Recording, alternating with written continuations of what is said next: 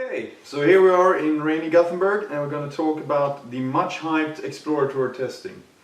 This has been talked about a lot and has found a lot of recent interest in the software industry. But there's been a lack of research. But in the last couple of months there's been several studies, actually 3 of them, that investigate exploratory testing and its effectiveness. And you've actually been involved, Richard, in one of these studies. Yes, me and a bunch of colleagues did one experiment on exploratory testing.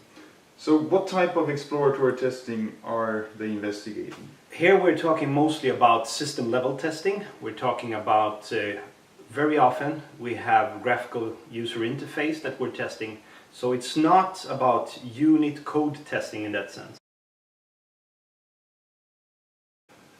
Okay, so how is this different from traditional system testing?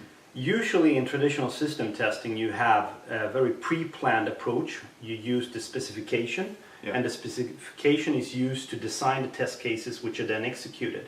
While in exploratory testing you very often rely more on the tester's knowledge and skills and allow him or her to freely explore the system, sort of. Okay.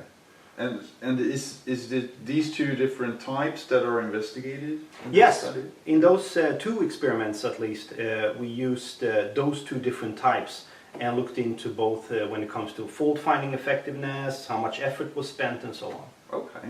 So what are the results? Does it work?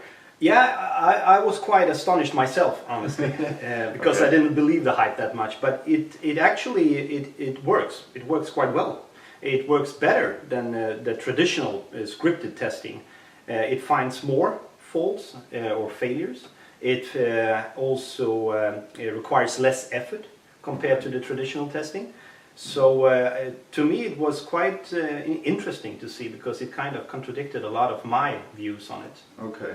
And is this only done with students, or what are the subjects in this study? Yeah, it's quite interesting. We're talking about, in these 2 experiments, the one I was involved with and the other experiment, we are talking about more than 100 people involved. And of these, I think it was something around 40 people came from industry, and the rest were students. So that's also quite interesting, because they were so large and there were so many people involved in. Yes.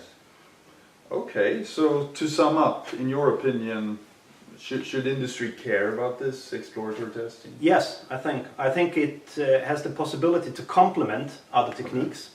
I think in some cases it might even replace other techniques, because you could still, when you find an interesting failure and you want to make sure that it doesn't pop up again, you will be able to put that into a regression test suite. So I think it's definitely something that most companies should look at. Great, thanks a lot, Richard.